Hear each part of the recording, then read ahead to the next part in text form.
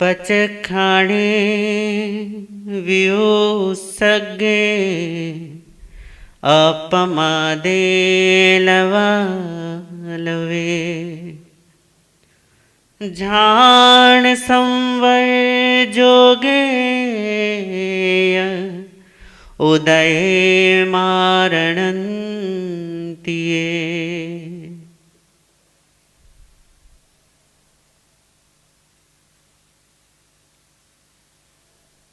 पचखाणे प्रत्याख्यान। व्युसर्गे व्युत्सर्ग, अपमादे अप्रमाद, लवालवे लवा लव,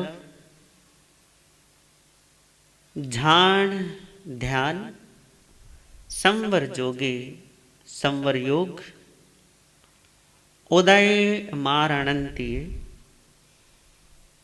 मारणांतिक उदय। ये अध्यात्म योगों के अगले चरण हैं।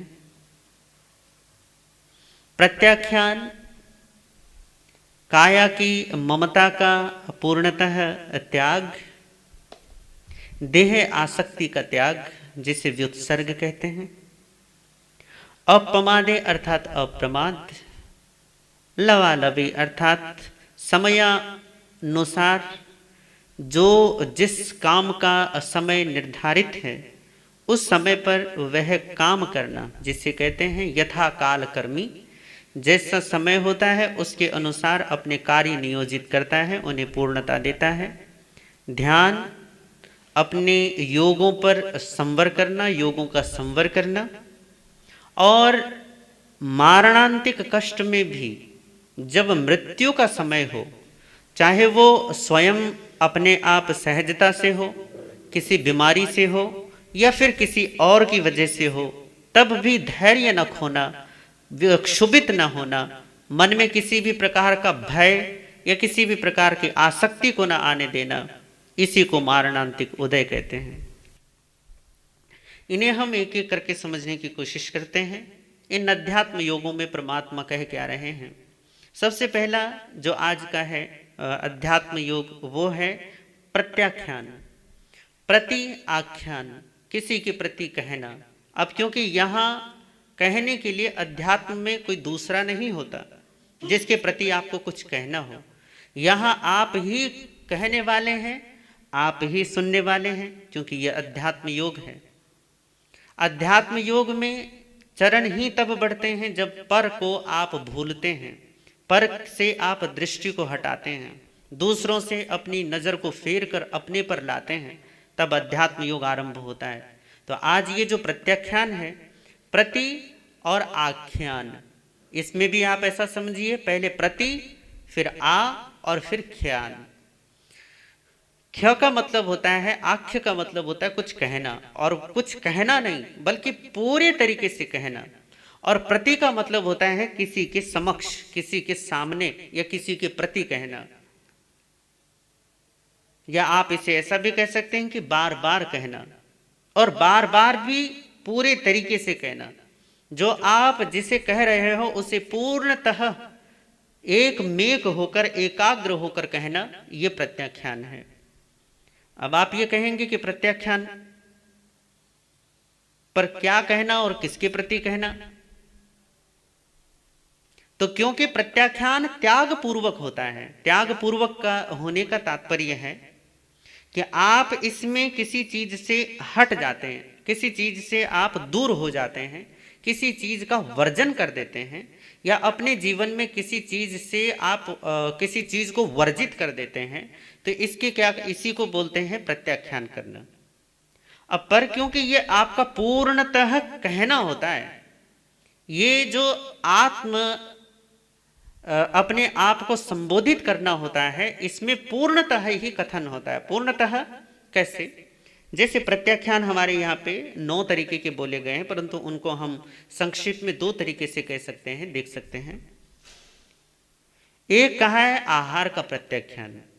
अब जो आहार होता है, आहार का मतलब होता है जो भी बाहर से आप लेते हैं वो सब आहार है। भोजन है, पानी है, या इसी प्रकार के अन्य स्वादिम आदि जो वस्तुएं होती हैं, वो सारे के सारे इस भोजन पानी खादिम स्वादिम सब इसमें आ गया। आप इसको ऐसे देखिए कि आहार का जितना भी रूप होता है, जो हम बाहर से अपने शरीर में प्रक्षिप्त करते हैं, ये शरीर को पालने के लिए, शरीर को रखने के लिए जो इसको सहयोगी जो भी बनता है, हम इसमें इसे प्रदान करते हैं, इसे देते हैं। पहला तो ये है भोजन के रूप में। और जैसे हमारे यहाँ पे जैन धर्म में तो बहुत सारे लोग हैं जो एकासना करते हैं या छोटे मोटे प्रत्याख्यान करते हैं, या इसी प्रकार के अन्य अन्य बहुत सारे, कोई उपवास करता है बेला तेला 5, 8, कई बार तो 15-15 और कई बार तो महीने महीने की उपवासी भी रहते हैं। और आजकल तो बहुत सारे तपस्वी ऐसे भी आपको मिल जाएंगे जो लगभग 50-50, 60-60 दिन की तपस्या करते हैं, लंबी लंबी 60-60, 70-70 दिन तक बिल्कुल न कुछ खाते हैं, थोड़ा बहुत गर्म पानी के आधार पर रहते हैं। तो ऐसी लंबी लंबी तपस्याएं करने वाले, उन तपस्याओं में अपना पुरुषार्थ देने वाले लोग भी आपको मिलेंगे। इसे कहते हैं आहार का त्याग करना। बहुत सारे लोग ऐसे मिलेंगे जो आपको वर्षी तप करते हैं, सालों साल उनके हो गए हैं जो वर्षी तप की आराधना करते हैं। कोई 10 साल से कर रहा है, कोई 20 साल से कर रहा है, कोई 30 साल से कर रहा है, 40-40, 50-50 साल से वर्षी तप में ही जीवन देने वाले लोग भी विद्यमान हैं। अर्थात एक दिन उपवास करना और एक दिन भोजन करना, इस तरीके से उन्होंने सालों साल अपने जीवन को इस तपस्या में, वर्षी तप में दिया है। तपस्या किसी भी प्रकार का हो जिसमें आहार पानी का त्याग हो जाए, वो से प्रभु ने कहा ये अनशन तप है। और अनशन तप, ये अशन कहते हैं भोजन वगैरह को, और उसके त्याग को कहते हैं अनशन तप। इसे भी परमात्मा ने कहा कि ये भी प्रत्याख्यान है। क्यों? क्योंकि प्रत्याख्यान से, किसी भी प्रकार की तपस्या से जीवन में केवल जीव का एक ही लक्ष्य होता है कि वो अपने कर्मों की निर्जरा करे, अपने भावों की शुद्धि करे, अपने आत्मा, अपने स्वभाव की तरफ गमन करे, अपने मार्ग को प्रशस्त करे और अपने ज्ञान और अपने बोध में आ जाए, इतना उसका लक्ष्य होता है। तो बहुत सारे लोग इसी लक्ष्य को लेकर के हमारे कर्मों की निर्जरा होगी, इस ध्येय को लेकर तपस्या करते हैं।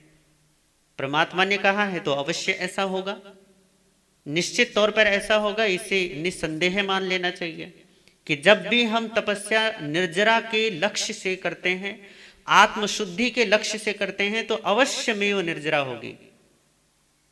परंतु केवल भोजन और पानी के त्याग से निर्जरा नहीं हो सकती। यदि आपका लक्ष्य केवल इतना है कि मैं भोजन पानी त्याग करके बैठ जाऊंगा, उपवास करूंगा, बेला तेला अठाई वगैरह करूंगा और मेरे कर्मों की निर्जरा हो जाएगी, तो परमात्मा कहते हैं कि नहीं, इतना आवश्यक तो है, परंतु इससे अगला एक कदम और आवश्यक है। और वो कौन सा है? वो है कषाय का। तो दूसरे प्रकार का त्याग परमात्मा ने कहा, वो है कषाय का त्याग। अब कषाय आप जानते हैं कि कषाय क्या होता है। क्रोध कषाय है, मान कषाय है, लोभ कषाय है, छल कपट कषाय है। इन कषायों का भी प्रत्याख्यान करना होता है। जब तक आप इन प्रत्याख्यानों में कषाय के प्रत्याख्यान को नहीं जोड़ते, अर्थात आप भोजन पानी तो छोड़ देते हो परंतु आप क्रोध नहीं छोड़ते, आप आहार पानी का त्याग करके उपवासी तो बन जाओगे, परंतु भैया भीतर का लोभ और द्वेष वो तो छूटा नहीं, आपकी ईर्ष्या तो छूटी नहीं, आप उन्हीं क्षुद्र कामनाओं, उन्हीं क्षुद्र वासनाओं में उलझे रहते हैं। तो बताओ फिर ये शरीर ने क्या बिगाड़ा बेचारे को जितना सता रहे हो। शारीरिक तपस्या का लाभ है, ऐसा नहीं है कि लाभ नहीं है, परंतु उसका लाभ तब है जब आप उसके साथ ध्यान को जोड़ें, और ध्यान भी धर्म ध्यान और शुक्ल ध्यान को जोड़ें। यदि आपके कषाय जहां के तहां रहते हैं तो आप निश्चित समझो कि आपकी तपस्या निष्फल है। बल्कि बहुत मामलों में तो उल्टा होता है कि जितने आप तपस्वी देखोगे क्रोधी ज्यादा देखोगे, जितने तपस्वी देखोगे अहंकारी ज्यादा देखोगे, छोटी छोटी बातों पर उफनते हैं। और या फिर यदि उनका मान सम्मान रह गया हो, कहीं नाम बोलना रह गया हो, तो भैया उसी पे उनको बड़ा वो क्षोभ पैदा हो जाता है कि हमने तो इतनी लंबी तपस्या की और लोगों ने हमारा सम्मान भी ना किया। तो ये दोनों ही चीजें परमात्मा कहते हैं कि तुमने केवल अपने शरीर को सताया है, अज्ञान तप किया है, तुमने ज्ञान तप नहीं किया। यदि तुम अपनी तपस्या के एवज में किसी भी प्रकार का सम्मान चाहते हो तो ये अहंकार का पोषण है, और जहां अहंकार होता है वहां क्रोध अवश्य में होता है, इससे आप बच नहीं सकते। तो तपस्या में केवल और केवल खाना पीना नहीं छोड़ना होता है, वो एक अंग है, एक आयाम है कि भोजन पानी पूरा जीवन हो गया ना, खाते खाते चलो एक दो दिन नहीं खाएंगे तो मर थोड़ी ना जाएंगे। ये विचार भी यदि करके आप तपस्या में लगते हैं तो चलो ये आपने आधा काम किया, बल्कि आधा भी ना किया, ये तो बहुत छोटा काम किया है आपने। अगर आप ये समझ लो कि पूरा का पूरा प्रत्याख्यान यदि 100% है तो आहार पानी का त्याग उसमें केवल 1 या 2% है, बाकी 98% जो है वो है कषायों का त्याग। क्यों? क्योंकि कषायों से ही बंधन होता है कर्मों का, कषायों से ही आगमन होता है कर्मों का। कषाय न हो, राग और द्वेष न हो, और राग और द्वेष के ही ये 4 भेद हैं, क्रोध मान माया लोभ, यदि ये ना हो तो बताओ कि कर्मों के बंधन का कारण क्या है आपके पास? जीवन मुक्त महापुरुषों को कर्म का बंधन नहीं होता। कारण क्या है? कारण यह है कि उनमें कषायों की विद्यमानता नहीं होती, उनमें ये राग और द्वेष नहीं होते। पर यदि आपको कर्मों की निर्जरा चाहिए तो आपको कषायों का त्याग तो जोड़ना ही होगा। और यदि आप कषाय प्रत्याख्यान नहीं करते, केवल आहार प्रत्याख्यान करके बैठ गए, भोजन पानी छोड़कर बैठ गए, तो भैया मत छोड़ो, कर लो भोजन। कारण यह है कि तपस्या केवल लोक दिखावा नहीं है, केवल परंपराओं का निर्वहन नहीं है, केवल ठीक है कि होड़ा होड़ी नहीं है, और केवल किसी की प्रेरणा से किसी ने बोल दिया तो उसके वचन का रक्षण भी नहीं है। ये तपस्या केवल और केवल इसका एक ही ध्येय है, और वो ध्येय है आपके कर्मों की निर्जरा। यदि कर्मों के निर्जरा लक्ष्य में नहीं है, और वो लक्ष्य तब आता है जब ये बात बिल्कुल स्पष्ट हो जाती है कि मेरे कर्मों का बंधन मेरे कषायों की वजह से होता है। और कषाय तो खुद ही कह रहा है कि वो है क्या। कष का मतलब होता है मैल, और आय का मतलब होता है बिल्कुल आना। आय कहते हो ना आप, आय और व्यय, जिसे हम लाभ कहते हैं। तो जिसमें आपको केवल मैल का, दूषण का, जिसमें आपको केवल कषाय का, कष का ही आपको लाभ होता हो, वो कषाय है। जिसमें केवल आपकी आत्मा दूषित होती हो, वो कषाय है। और ऐसे कषायों के त्याग के बगैर आपका प्रत्याख्यान पूरा नहीं होता।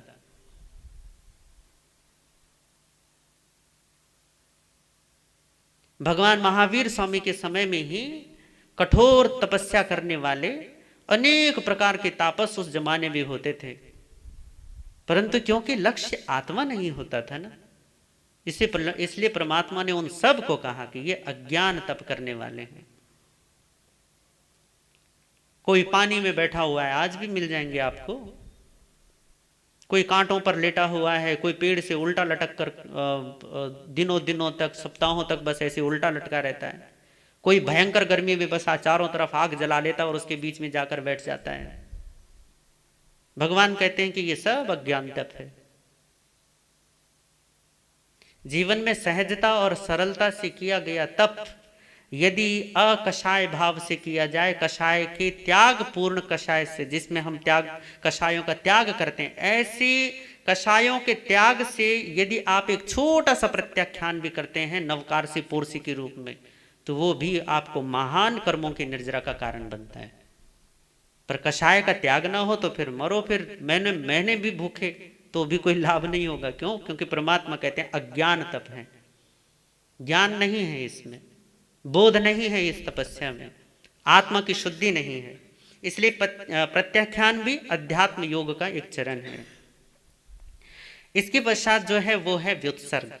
किसी भी प्रकार का तप, क्योंकि हमारे यहाँ पे 12 प्रकार की तपस्याएं बोली गई हैं, उन 12 प्रकार की तपस्याओं में जो भी है, अनशन तप, उनोद्री तप, भिक्षाचरी तप, रस परित्याग तप, पायकलेश तप, प्रतिसंलीनता तप, विनय वैयावृत्य, प्रायश्चित, विनय वैयावृत्य, स्वाध्याय, ध्यान और कायोत्सर्ग, ये जो 12 प्रकार की तपस्याएं हैं, इन 12 प्रकार की तपस्याओं में से पहला तप है अनशन, भोजन का त्याग, और अंतिम तप है व्युत्सर्ग, कायोत्सर्ग, काया का त्याग। यहां पे परमात्मा ने कहा, सीधा उन्होंने एक ही तप का इंगित इशारा किया है, और वो है व्युत्सर्ग, काया के उत्सर्ग का, काया का त्याग कर देना। अब आप कहो कि शरीर को छोड़ दें, शरीर को कैसे छोड़ सकते हैं? शरीर का त्याग नहीं हो सकता, पर शरीर के प्रति ममत्व का, देह के प्रति अध्यास का, देह के प्रति जो आसक्ति है उसका त्याग हो सकता है। और आज भी ऐसे बहुत सारे महापुरुष हैं जिनका देह भाव विगलित है, जिनकी देहासक्ति निर्मूल है, और वो ही लोग अध्यात्म में धन्यभागी हैं, वो ही पुण्यशाली हैं, वो ही कृतकृत्य हैं जिन्होंने अपनी देह से अपना अध्यास, अपना मोह, अपनी भ्रांति तोड़ दी है अपने होने की। तो अनशन से लेकर कायोत्सर्ग तक जो भी तपस्याएं की जाती हैं, उन तपस्याओं का एक ही लक्ष्य होता है, और वो लक्ष्य होता है कि मैं शरीर नहीं हूं, मैं आत्मा हूं। इस भिन्नता को, इस भेद को स्पष्ट कर लेना, ये तपस्याओं का सार है, ये तपस्याओं का लक्ष्य है। अनशन तप क्यों करते हो, क्यों अनशन या भोजन पानी का त्याग किया जाता है? एक ही कारण है, ताकि हमें भेद विज्ञान प्रकट हो सके, शरीर के प्रति हमारी आसक्ति टूट सके, देह का भाव जो है वो विगलित होकर, गलित होकर वो चले जाए, और मैं केवल और केवल शुद्ध आत्म भाव में रह सकूं। यही कि तो केवल तपस्याओं का लक्ष्य है। और व्युत्सर्ग के रूप में परमात्मा उसी की तरफ इशारा कर रहे हैं कि जीवन में अध्यात्म योग का भी आपका एक लक्ष्य होना चाहिए, और लक्ष्य यही हो कि भेद विज्ञान प्रकट हो।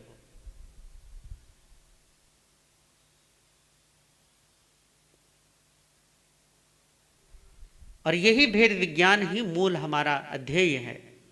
आपने कूर्गटुक मुनि की कथा आपने बहुत बार सुनी होगी, पढ़ी भी होगी। कूर्गटुक मुनि, जिनका नाम नागदत्त भी आता है, क्योंकि पूर्व जन्म में ऐसा कहा जाता है कि वो नाग योनि में थे, सांप थे, और नाग योनि से वो मनुष्य के योनि में आए। वहाँ उनको वैराग्य हुआ, और वैराग्य होकर वो दीक्षा ले लेते हैं। अभी दीक्षा का उनका क्या है, पहला ही वर्ष है, चतुर्मास शुरू हो जाता है, और चतुर्मास काल में बहुत सारे उनके क्या बोलते हैं, उनके जो साथ के संघ में मुनिराज हैं, साध्वियाँ हैं, सब अनेक प्रकार के ध्यान, तपस्या वगैरह में अपना समय देते हैं। पर नागदत्त मुनि के साथ एक समस्या है। समस्या क्या है? भगवान ने वैसे एक लक्षण बोला है कि जो ना भूख, उन्हें बहुत ज़्यादा भूख लगती है, जो त्रियंच गति से आते हैं। लक्षण बोले उन्होंने कुछ कि देवलोक से यदि कोई जीव आया होगा तो उसके इस तरीके के लक्षण होते हैं, मनुष्य गति से कोई आता है तो उसका स्वभाव इस तरीके का होता है, त्रियंच गति से यदि कोई आता है तो उसका स्वभाव ऐसा होता है, और नरक से यदि कोई आता है तो उसका स्वभाव इस प्रकार का होता है। मान लीजिए कि यदि कोई देवलोक से आता है तो उसका स्वभाव मधुर होता है, सत्य के प्रति उसका अपने आप ही प्रेम होता है मनुष्य। और यदि कोई मनुष्य गति से आएगा तो सहज सरल व्यक्ति होता है, मधुर बोलने वाला होता है। त्रियंच गति से आता है तो भूख ज़्यादा लगती है, और नरक गति से आता है तो क्रोध बहुत ज़्यादा आता है, हिंसक भावों में बहुत ज़्यादा जीता है। ये प्राथमिक लक्षण भगवान ने बोले हैं। इन पे ये कोई बहुत नियम भी नहीं है, केवल समझाने के लिए। अब जो नागदत्त मुनि है ना, वो आए ही नाग योनि से हैं, तो अब क्योंकि संस्कार ऐसे हैं तो भैया एकदम से ना भूख बड़ी लगती है, तो एक दिन भी भूखे नहीं रह सकते, एक दिन भी नहीं। अब दीक्षा ले तो ली गुरु चरणों में, जब वो बहुत बड़े बड़े तपस्वियों को देखते थे तो बड़ा मन होता था उनका भी, मैं भी तपस्या करूं। इतने कोई उपवासी है, कोई बेला, कोई चौला, कोई 8, कोई 12, कोई 15, कोई 1 महीना। और कई तपस्वियों ने तो वहां क्या किया कि जैसे ही चतुर्मास काल शुरू हुआ, गुरु के पास गए और कहा कि गुरुजी 4 महीने के चतुर्मास के हमें उपवास पचखा दो, हम 4 महीने कुछ ना खाएंगे ना पिएंगे। तो बहुत सारे तपस्वी ऐसे भी जिन्होंने 4-4 महीने के उपवास एक साथ ले लिए, एक साथ प्रत्याख्यान कर लिया कि 4 महीने आज ही हम प्रत्याख्यान कर देंगे पहले दिन में। तो ऐसे ऐसे तपस्वी भी वहां संघ में, और उन सबको देख के नागदत्त मुनि को बड़ी शर्म आती। कूर्गटुक मुनि को किया, कहाँ ये और कहाँ मैं, कहाँ ये पहले दिन ही 4-4 महीने का त्याग करके बैठ गया, और कहाँ मैं कि एक दिन भी मुझसे रहा नहीं जाता। कई बार अपने आप पर बड़ा पछतावा करते थे, बड़ा अपने आप की आलोचना करते कि भाई ये तेरी कैसी भूख है जो तुझे एक दिन भी एक उपवास करने की भी जिससे तुझे मोहलत नहीं मिलती, इजाजत नहीं मिलती। पर खैर समय बीतता बीतता संवत्सरी का दिन आ गया। अब संवत्सरी का दिन एक ऐसा दिन है कि जिसमें पूरा संघ क्या करता है, तपस्या करता है, उपवासी होता है। और जहां तक गृहस्थियों की बात है तो ये उनके ऊपर डिपेंड है कि वो क्या करना चाहते हैं। तपस्या में एकासना, आयम बिल, कोई त्याग प्रत्याख्यान, या फिर उपवास। उपवास सबसे बेहतर है। पर जहां तक साधु साध्वियों की बात है तो वहां उनके लिए कहा गया कि भैया उस दिन तो उपवास पक्का। अब क्योंकि संवत्सरी जो सबसे महत्वपूर्ण दिन है ये साधु साध्वियों के ही लिए है। अब साधु साध्वियों के लिए तो भैया उसमें तपस्या अनिवार्य है, उपवास तो करना ही होगा। अब आ गई संवत्सरी, भैया सबने सबका उपवास है पूरे संघ में, सारे साधु साध्वी उपवास करके बैठे हैं। कूरगडुक मुनि भी तपस्या करना तो चाहते हैं परंतु अपनी मजबूरी पता है कि भूखे रह नहीं सकते। अब भैया सुबह हुई, सुबह होती लग गई भूख, पर शर्म भी तो आती, इतने सारे लोग कर रहे हैं और तू नहीं कर रहा तो क्या होगा भैया, लोग क्या कहेंगे। थोड़ी देर तक बैठे रहे, 7 बज गए, 8 बज गए, 9 बज गए, 10 बज गए।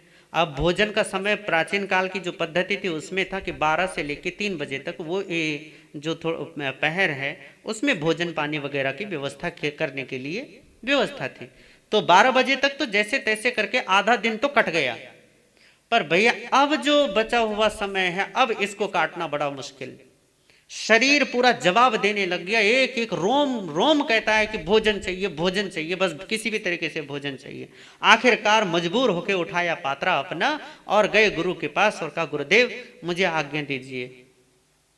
गुरु ने कहा नाक कटवाएगा मेरी, हैं शर्म, तुझे शर्म नहीं है। भैया आज तो जाएगा भाई, तो थोड़ा नगर में जाएगा तो लोग देखेंगे साधु आज संवत्सरी के दिन और वो भी खाने के लिए। अरे भैया ये हमारा संवत्सरी का दिन है और इस दिन पर तो भोजन पाने के लिए जाएगा, लोग क्या बोलेंगे, ये तो संघ की निंदा होगी। अरे भैया अपनी नहीं सोचता तो संघ की तो सोच। कहा गुरुदेव क्या करूं मैं, मुझसे नहीं रहा जा सकता भूखा। मैंने देख लिया कि बस अब मैं या तो भोजन कर लूं और या फिर ऐसे मेरे प्राण चले जाएंगे। तो क्या करे, प्राण क्यों नहीं छोड़ देता फिर, इतना भी इस शरीर के देह के प्रति आसक्ति क्या करे बे, बस उसकी भी हिम्मत नहीं होती। मैं छोड़ दूं प्राण अभी के अभी, पर उसका भी तो साहस चाहिए, मुझसे वो साहस भी नहीं बनता। बस आप तो कृपा करो और मुझे आहार पानी जाने की आज्ञा करे। जा तुझे जहां मरना है मर, बस मैं मुझसे मत पूछा कर। वही गुरु की आज्ञा समझकर नागदत्त मुनि नगर में चलते हैं। पर नगर में भी भैया हालात वही।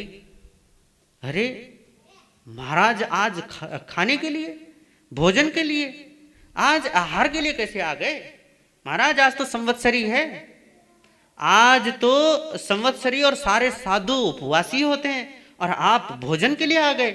कहीं भी भोजन ना मिला, घूमते घूमते घूमते घूमते भोजन।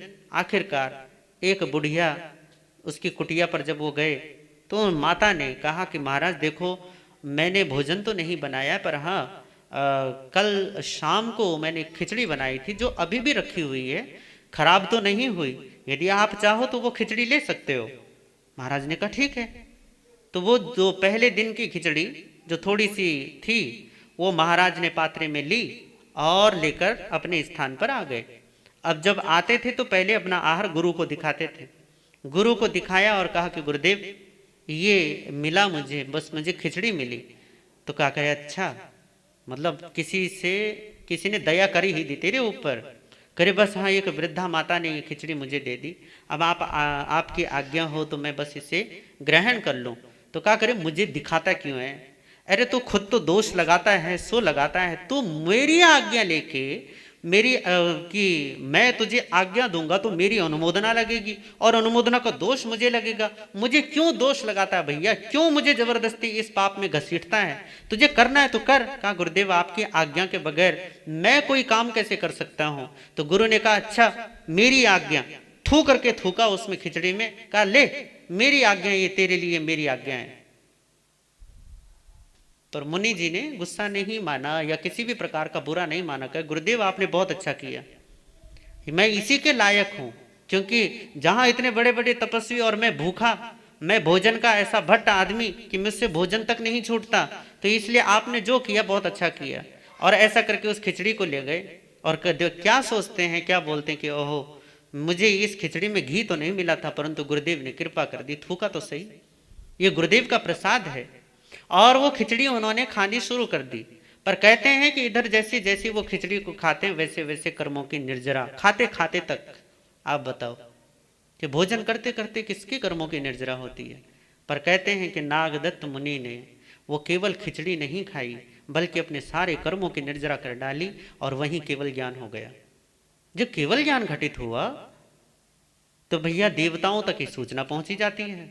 सारे देवता वहां उपस्थित हुए और जैसे लोगों ने वहां अहो केवल ज्ञानी मुनि भगवान की जय हो ऐसा करते हुए उनकी तरफ आ रहे हैं, तो पूरे संघ में हलचल, पूरे नगर में हलचल, पूरे साधु साध्वियों में हलचल कि भैया कौन से तपस्वी को केवल ज्ञान हो गया। अब कूरगडूक मुनि जो है, जो नागदत्त मुनि, वो बिल्कुल किनारे बैठे हुए हैं, तो देवता उनकी तरफ जाने लगे तो गुरु रास्ते में पड़ते थे। गुरु ने कहा अरे भाई कहाँ जा रहे हो? करे केवल ज्ञानी की वंदना करने जा रहे हैं, उनका अभिनंदन करेंगे, उनका सम्मान करेंगे। करे भैया वो तो कहाँ भोजन भट्ट, करे वो काहे का केवल ज्ञानी? करे मुनिराज केवल ज्ञानी की आशातना मत कीजिए, वो केवल ज्ञानी है। करे केवल ज्ञानी? करे हाँ उन्हें केवल ज्ञान हो गया। तब बड़े बड़े जो तपस्वी थे, बड़े बड़े जो अपने आप को कि हम 4 महीने के, 3 महीने के, 2 महीने के, 1 महीने के, 15, 12, 8, एक उपवासी, ऐसे ऐसे बड़े बड़े तपस्वी जो अपने आप को मान रहे थे, उनको तब पता चला कि भैया भोजन का त्याग नहीं, राग और द्वेष का, आसक्ति का त्याग करना जरूरी होता है। ये कथा हमें बार बार यही समझाती है। आप इसमें कहोगे कि इसमें त्याग भोजन का तो नहीं हो पाया, इतनी आसक्ति, पर भीतर से आलोचना, भीतर से प्रतिक्रमण, अपने कर्मों के प्रति एक तीव्र ग्लानि का भाव, उसी से ही उन्हें केवल ज्ञान की प्राप्ति हो गई। भाव का बल होता है, समकित का बल होता है, ज्ञान का बल होता है। जिसके पास ज्ञान का बल है उसके पास समस्त बल है। जिसके पास बोध का बल नहीं है वो चाहे कितनी भी बड़ी तपस्याएं करे, उनको कभी कर्मों की निर्जरा का फल प्राप्त नहीं होने वाला। तो यहाँ पर परमात्मा एक ही बात करते हैं और वो है व्युत्सर्ग की। व्युत्सर्ग अर्थात देह के आसक्ति का त्याग करो, शरीर के मोह को छोड़ो। जब मोह टूटता है तो आप देखेंगे कि जीवन में से जो व्यर्थ का कूड़ा करकट है वो सब कुछ छंटना चालू हो जाता है, वो हटना चालू हो जाता है। तो प्रत्याख्यान और व्युत्सर्ग। अगला जो है वो है अप्रमाद। थोड़ी सी इस पर चर्चा कर लेते हैं। अप्रमाद और प्रमाद, आप जानते हैं परमात्मा ने प्रमाद किसको कहा है। अध्यात्म में जो आप आलस्य करते हैं, 2 शब्द आते हैं, एक आलस्य आता है और एक प्रमाद आता है। जब आप किसी बहुत जरूरी, जो घर में आपके व्यापार में, दुकान वगैरह, रिश्ते नाते वगैरह निभाने में जो बहुत जरूरी काम होता है, यदि आप उसमें बहानेबाजी करते हो तो इसे कहा जाता है आलस्य। अभी नहीं, बाद में कर लेंगे, फिर कर लेंगे, फिर देख लेंगे, इसको आलस्य बोलते हैं। परंतु यही आलस्य जब अध्यात्म में भी बहानेबाजी करता है, आज नहीं कल करेंगे, कल नहीं परसों करेंगे, अभी अभी तो महाराज जी बहुत सारे दिन हैं, अभी तो 4 महीने हैं, चले जाएंगे। अरे मंदिर कौन सा कहीं भागा जा रहा है, भगवान कौन से उठ के कहीं भाग जाएंगे, चलो वो भी यही है, हम भी यही हैं, चले जाएंगे, फिर से कर लेंगे देव दर्शन, कर लेंगे तपस्या। अभी क्या है, अभी तो खाने पीने के दिन हैं भैया। इतने बढ़िया फ्रूट हमेशा थोड़ी ना आते हैं, इतना अच्छी सब्जियां हमेशा तो नहीं आती 12 महीने। आजकल ऐसी सब्जियां आ रही हैं तो खा ही लेते हैं, बाद में कर लेंगे तपस्या। ये जो किसी भी प्रकार के कि अभी मेरे पास पढ़ने का, स्वाध्याय का वक्त नहीं है, अभी गुरु दर्शन का वक्त नहीं है, अभी किसी भी प्रकार की तपस्या का मेरा भाव नहीं है। जब तपस्या या गुरु दर्शन या देव दर्शन या किसी भी प्रकार के आराधन के प्रति मन बहानेबाजी बनाता है और उसको टालता है, तब परमात्मा कहते हैं कि ये प्रमाद है। क्योंकि ये जीवन का सबसे आवश्यक तत्व है अध्यात्म, और तुम अध्यात्म को ही टाल रहे हो तो भगवान कहते हैं कि अपना घात कर रहे हो। इसी को परमात्मा ने प्रमाद कहा है, बेहोशी कहा है कि तुम वो तो कर रहे हो, उससे तो अपना समय दे रहे हो जो आज हो और कल नहीं, और कल है तो परसों नहीं। पर जो तुम्हारे साथ रहने वाला है और जो तुम हो उसकी तरफ तुम्हारा कोई ध्यान नहीं, उसकी तरफ तुम्हारी नजर नहीं, उस पर तुम्हारा किसी भी प्रकार का कोई, उसे तुम महत्व नहीं देते। जब तुम उस जरूरी को महत्व नहीं देते, उसे समय नहीं देते, उस पर अपना सामर्थ्य और उसे अपनी शक्ति नहीं समर्पित करते, तब परमात्मा कहते हैं कि ये प्रमाद है। और ऐसे प्रमाद का त्याग करके अप्रमाद में जीना, होश में जीना, जागृति में जीना। आवश्यक तत्वों को अपने जीवन में अपनाकर चलना, जो सार्थक है उसे अपनाकर चलना, यही है अप्रमाद। इस अप्रमाद की साधना भी परमात्मा ने कही कि ये भी अध्यात्म योग है, एक योग संग्रह का रूप है। तो आज इन 3 तत्वों पर आपने श्रवण किया है। प्रत्याख्यान, काया के प्रति मोह का त्याग, और किसी भी प्रकार के आध्यात्मिक बहानेबाजी, इन 3 चीज़ों का यदि आप बहानेबाजी का त्याग, यदि आप इन 3 चीज़ों को, प्रत्याख्यान को, कायोत्सर्ग को और अप्रमाद को अपने जीवन में अपनाते हैं तो जीवन निश्चित तौर पर दिव्य बनता है, भव्य बनता है। इन्हीं भावनाओं के साथ ओम शांति।